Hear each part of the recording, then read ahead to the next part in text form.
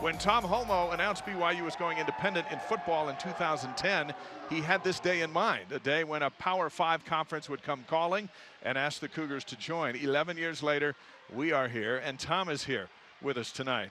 Welcome. Thank you. It's good. What a night. Yeah. Oh, my goodness. There's a chance of some rain a little bit blowing through, but right now it's perfect. I hope there's a lot of thunder on the field. Well, yesterday you woke up anticipating the big announcement and all that would come with it. Today you woke up with it behind you, marching forward now as a member of the Big 12. So how's it feel? It feels good, but it's interesting to say that because I always like to turn the page on things that happen. And it was exciting. We celebrated like crazy yesterday, but I knew last night when I woke up that was it's time to get ready for Utah. So there's a lot of things that will come. There'll be so much work to do. It's 2 years basically before we get in. There'll be a lot of processes and policies and procedures that we got to set up. But tonight it's Utah BYU football. When you consider financial and competition and all that stuff moving forward in a Power 5 conference, is it the biggest thing that's happened to BYU since the national championship? You know, that's for you guys to determine. I think a lot of people can debate that. I've stayed off Twitter a lot the last 2 days. I really think that it's a great thing for our program because for so many years, I've been here for a long time. It's something that we've all looked forward to. These guys have played, they know. Right. They talk about with all the alums from all the ages. It's not that they just hang around with their class. All the football players from all the past years, we all talk about this. And then you expand that, multiply it by the other sports, there's a lot of people. Then you go outside of the alums, and this is important for a lot of people, but it's about the future. You mentioned yesterday, and you just mentioned now all the other sports, and I don't know that people understand that you've got sports teams in multiple leagues, not just the WCC and independent. How important is it now as you go into the Big 12 that you get to take pretty much everyone, with the exception of men's volleyball, all in mass into one league? I think it's very important, Blaine. Like when we were in high school, all your teams played in the same league or conference, region, whatever it was. And then for some reason, colleges got complicated, and not every team, not every fits into a conference schedule. But now we get a chance. There's only one of our teams, that's men's volleyball, that plays in the MPSF because the Big 12 doesn't have men's volleyball, but they've been playing in the MPSF, and Sean's like, I got this. Don't worry about it. He's just fine right where he is. Sometimes you have 6 of the top 10 teams in the country in that conference, right? So it's an okay conference. It's okay. Yeah, it's pretty good. Look at the power structure of BYU in this kind of arrangement. There's your office, there's the president's office, and then there's the board of trustees up in Salt Lake. What was their reaction as you moved them forward in this move to say we need to do this? Well, I really wasn't there face-to-face in those conversations. President Worthen is the one that represents BYU when we talk with the board of trustees, and the conversation's back where make sure you do the right things for the right reasons, because BYU is more than just a football team, right, more than just a school. We represent a lot more to a lot more people. I'm curious to know, Tom, I imagine you've touched base with a lot of the ADs from these schools. What has been their feedback to you on you joining the Big 12? I feel really good about it because I've had a number of the ADs reach out. I know a lot of them really well. I know all of them by name and reputation. So I'm super eager to get to meet them and start talking about how it's going to go. But I still think that it's going to take a while till we really realize this is really going to happen. And you talked about, hey, you turned the page from yesterday and things that are at hand is a Utah game tonight, right? Well, let's talk about Utah a little bit. What is the status of that series going forward? Is BYU going to be able to schedule Utah? We know there's a couple of year hiatus, but does that get back on the schedule, or is that going to be difficult with them in the pack and you in the Big 12? Well, that will remain to be seen. I think Mark Harlan and I, Mark is the athletic director at University of Utah, and we've had conversations ever since he came in to that spot at Utah. We've had an opportunity to maybe get out of some games. We're going to play a game against Miami, home and home, where that one is going to take away a Utah game. They're doing the same thing to play Florida. I think that the most important thing is that BYU and Utah always are talking. We're getting together. There's a lot of sports. It's not just football. But when you talk football, I just think you have to get together and make sure that you're playing regularly. If you're going to play every single year, I don't know if that's possible. I don't know if it's the right thing to do, but we should be playing regularly. We were just talking at dinner, and we pulled up the 2023 schedule and said, okay, let's say we're Tom. We got to keep 3 of these 12 games. you have a loaded schedule that year. How are you going to pick and choose? Throw darts. There's a lot more to it than that. We've looked at it as soon as we started talking. When the Big 12 talk started inching along, I had looked at it before that. I knew that that was a possibility, that's something that we might have to do. So there's some strategies that we're thinking about. You all know Dave Brown. He's a scheduling guru. Used to be at ESPN, and now has his company Gridiron. I talked to him on the phone the other day and said, hey, I'm keeping you in business. There's going to be a lot of schedule changes, not just with BYU, but with things with the SEC and then all the dominoes that come into place. There'll be some things where we can work those out. Not long ago, I had an interview with President Samuelson, who was president when BYU moved to independence, and was also president when you were hired as athletic director. And we talked about that decision, and he brought up an interesting story of Lavelle coming to see him one day and said, hey, you got a minute? And of course, when Lavelle asked for a minute, he gets a minute or 5 or 10. And he said, President Samuelson, he said, you need to take a good look at Tom Holmoe for athletic director. And you'd been a football coach, and we're on staff, and he asked him, he said, why? And he said, because he's full of integrity, he is loved, he's trusted, people believe in him, and I'm just paraphrasing here, but it was a powerful statement to President Samuelson, who hired you as athletic director. You got a full Lavelle Edwards Stadium tonight, and you've led this program into the Big 12. You think Lavelle's proud of you?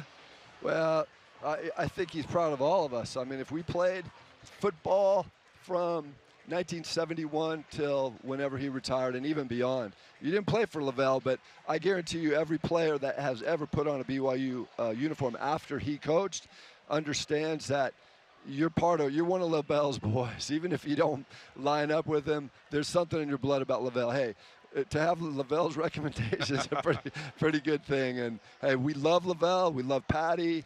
I had a chance to talk to Patty on the eve of going into the Big 12, and just said, hey, this is something that is a long time coming, would never, ever happen without Lavelle. And we just had some tender moments. Kalani got on the phone, and Brian Santiago, who was Lavelle's bishop when he passed, and it's just good stuff.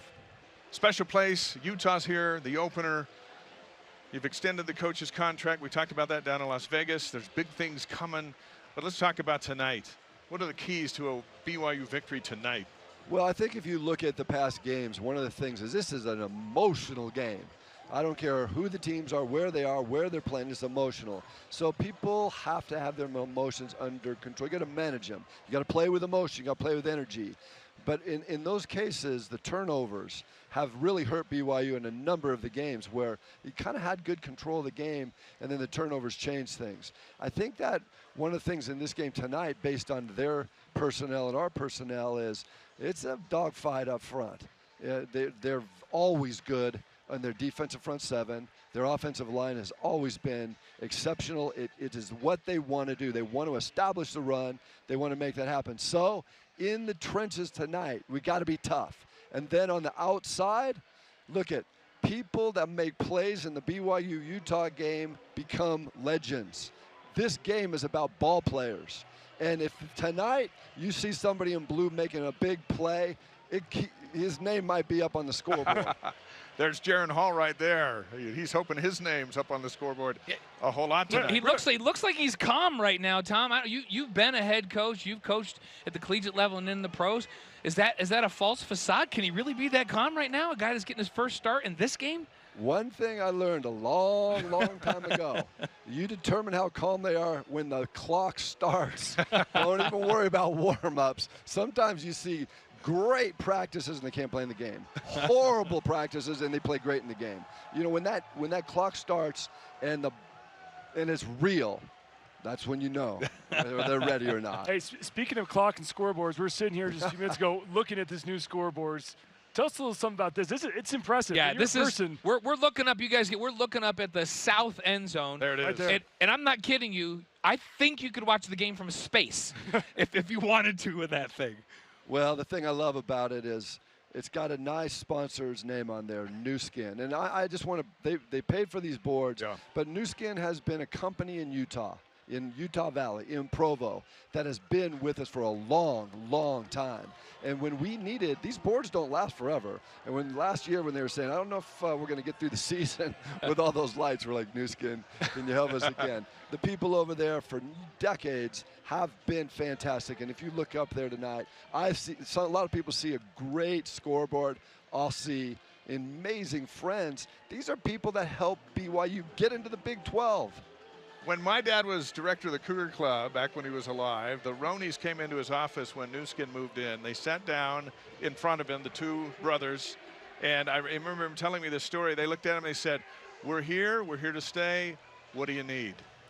That's called vision. That's when they started getting involved, and look where we are today. Vision, I can't say enough about it.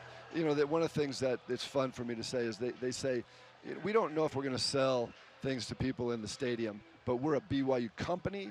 We hire BYU people. We are in the Valley, and we want to represent.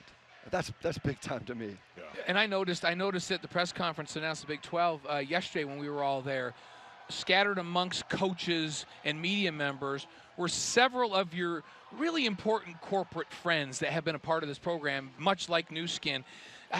People don't realize, I think, how behind the scenes all of those great partners have helped BYU get to the point to have the resources to be able to compete at a level to get into the Big 12. You know, behind every one of those companies are people, and those people love BYU. They get to know some of the people here, the coaches and administrators, and they know you guys. You know them all. But you know that it's about those people that have huge hearts. They want what's best for these teams and the athletic department and this university, and they'll do just about anything for their Cougs. We wrap it up with Athletic Director Tom Holmoe, the reigning Athletic Director of the Year. Does that mean this is like your title defense?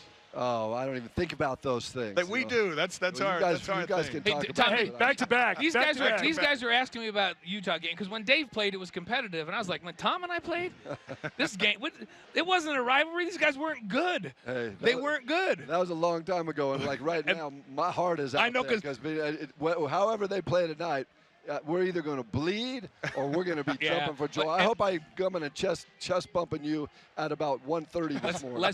Here's what I always tell them, though, Tom. This is my answer, and you tell me if this is right. It took for them to get a BYU grad to coach up there. I think the president is from BYU now up there. Once they realized that they needed BYU, they turned the corner. Now it's competitive. Now it's good. Hey, it's competitive. Look we got to play. These guys have had our number for a number of years, and it's important that we turn the page, don't look back, no rearview mirrors, rip those things off the car and look straight out that front window and let's go. Tom, you filled Allegiant Stadium. Team's in the Big 12 now and a big game tonight. Congratulations on your week. Good luck this evening. Go Cougs.